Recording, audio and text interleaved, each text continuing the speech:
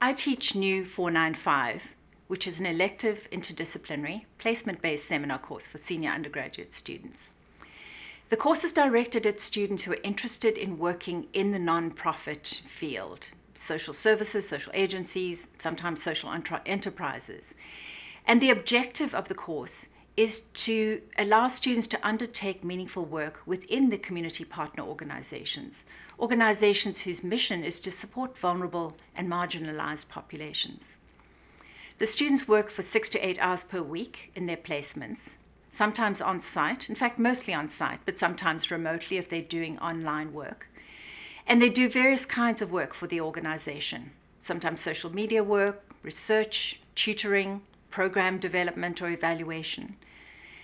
As a class, we meet 2 to 3 hours in a seminar almost every week, where I try to provide a learning environment and content in which they can make meaning from their experiences.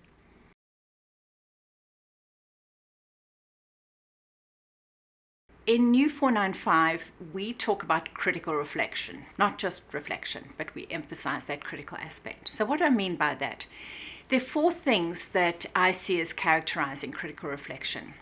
It involves situating students' experience within the broader context of society and trying to understand why things are as they are, questioning the assumptions that underlie certain social arrangements and the dominant values that support those arrangements. In other words, students are, through their experience and the reflection on that experience, pushed into considering the power relationships that obtain. The second aspect that is involved in critical reflection is paying attention to emotions, their thoughts, reactions, other responses, sometimes anxiety that is provoked by experience. For these are really important indicators of things that need to be explored and are worth exploring. They indicate the significance of what students are experiencing at their placements.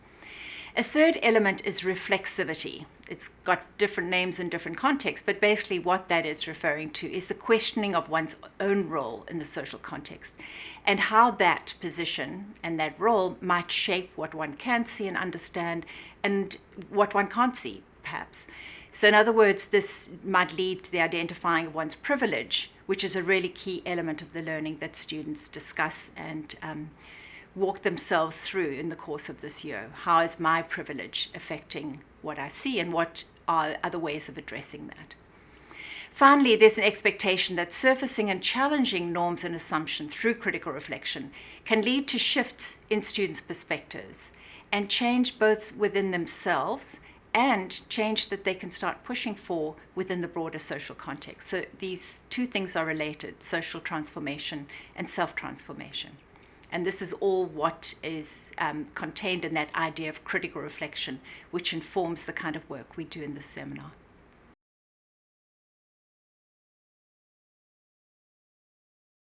Students in my course, and I presume in other courses too, sometimes find it really difficult to engage in critical reflection of the kind that I'm inviting them to. This can be for many reasons. It can be an unfamiliarity of the practice, a cultural background where focusing on the personal thinking is not really valued. It could be that reflecting can produce some discomfort as students encounter new ideas. So there are a range of things that I do to try and support the students as they develop their capacity in critical reflection. The first of those is that I work at motivating and orienting the students towards reflection.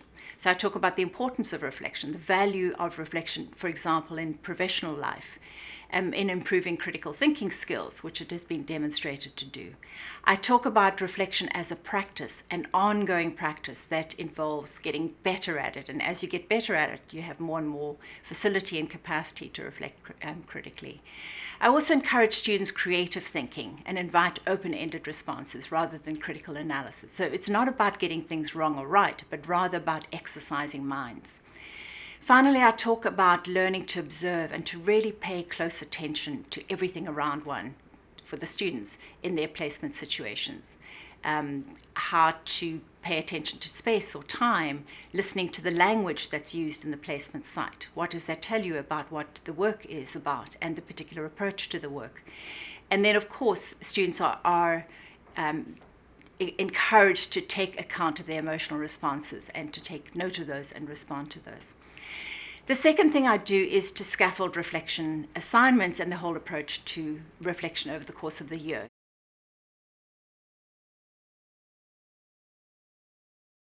So in the beginning of the year, I give them quite structured assignments with lots of prompts.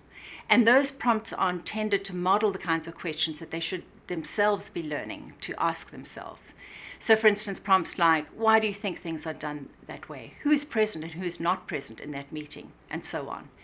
Gradually, however, I try to pass over the responsibility for critical reflection to the students themselves so that they start to identify what is significant and start to direct their own learning.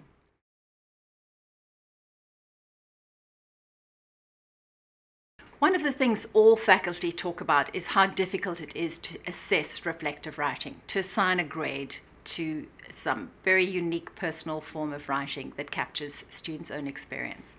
One of the things to look for is to make sure that students are not just claiming learning, but rather that they demonstrate it through the stories they tell, the illustrations they give, and the very unique way they have of pulling together what it is they've learned.